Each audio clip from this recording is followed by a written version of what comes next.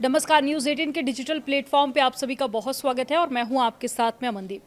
आज इस वीडियो में बात करेंगे इजरायली सेना के दावे की, जिसकी चर्चा इस वक्त सोशल मीडिया पर काफ़ी ज़्यादा हो रही है और ये दावा इस वक्त सुर्खियां बना हुआ है। इजरायली सेना ने दावा किया है कि गाजा युद्ध विराम समझौते के तहत हमास ने मंगलवार को जो शव सौंपे थे, उनमें से एक का मिलान बंधकों में से किसी के साथ में नहीं हो पा रहा है। मौजूदा नाजुक युद्ध विराम समझौते पर दबाव कम करने के लिए मंगलवार को हमास ने 4 शव सौंपे थे और सोमवार को 20 जिंदा बंधकों को भी रिहा करने के बाद में 4 शव सौंपे गए थे। इजरायल कुल 28 मृत बंधकों के शवों का इंतजार कर रहा है। अब इजरायली सेना ने बताया है कि मंगलवार को मिले 4 शवों की देर रात फॉरेंसिक जांच के बाद में मेडिकल अधिकारियों ने पुष्टि की कि उनमें से एक का मिलान बंधकों से नहीं हो रहा है और सेना ने यह भी चेतावनी दी है कि हमास को मृत बंधकों को वापस करने के लिए हर जरूरी कदम और साथ ही हर जरूरी कोशिश करनी होगी। सौंपे गए 8 शव एएफपी समाचार एजेंसी ने जो रिपोर्ट में दावा किया है उसमें उसने बताया कि अमेरिकी राष्ट्रपति डोनाल्ड ट्रंप की मध्यस्थता में हुए युद्ध विराम समझौते के तहत हमास ने सोमवार से 20 जिंदा इजरायली बंधकों और साथ ही 8 शवों को सौंपा है। इनमें से एक नेपाली नागरिक है, 6 इजरायली और साथ ही एक अज्ञात शव शामिल है।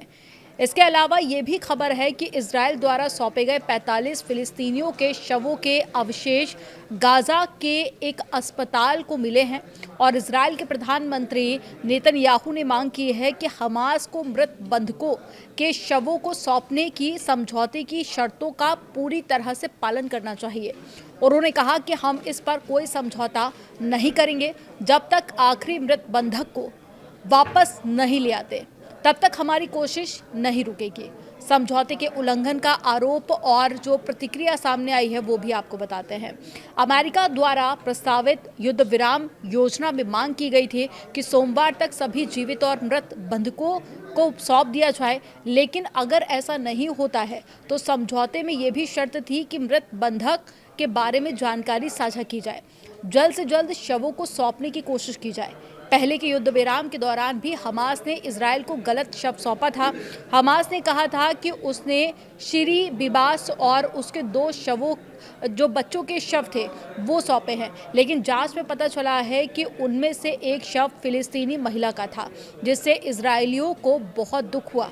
बिबास के शव की पहचान एक दिन बाद हुई थी और हमास के प्रवक्ता हासेम ने एक टेलीग्राम संदेश में कहा है कि उनका समूह युद्ध विराम समझौते के तहत शवों को सौंपने की कोशिश कर रहा है। उन्होंने ये भी आरोप लगाया कि मंगलवार को पूर्वी गाजा शहर और साथ ही रफा में इजराइल की गोलीबारी समझौते का उल्लंघन है। हालांकि इजराइल के रक्षा मंत्री इजराइल काट्स ने चेतावनी दी है कि सेना समझौते में बनाई गई तैनाती की सीमाओं के अनुसार काम कर रही है और इस सीमा के पास में आने वाले किसी भी व्यक्ति को निशाना बनाया जाएगा। उन्होंने मंगलवार को कुछ आतंकवादियों पर की गई गोलीबारी को इसी का कारण भी बताया। अब ये पूरा मामला इस वक्त सोशल मीडिया पर छाया हुआ है। आपका इस पर क्या सोचना है, कमेंट सेक्शन में ज़रूर बताइएगा।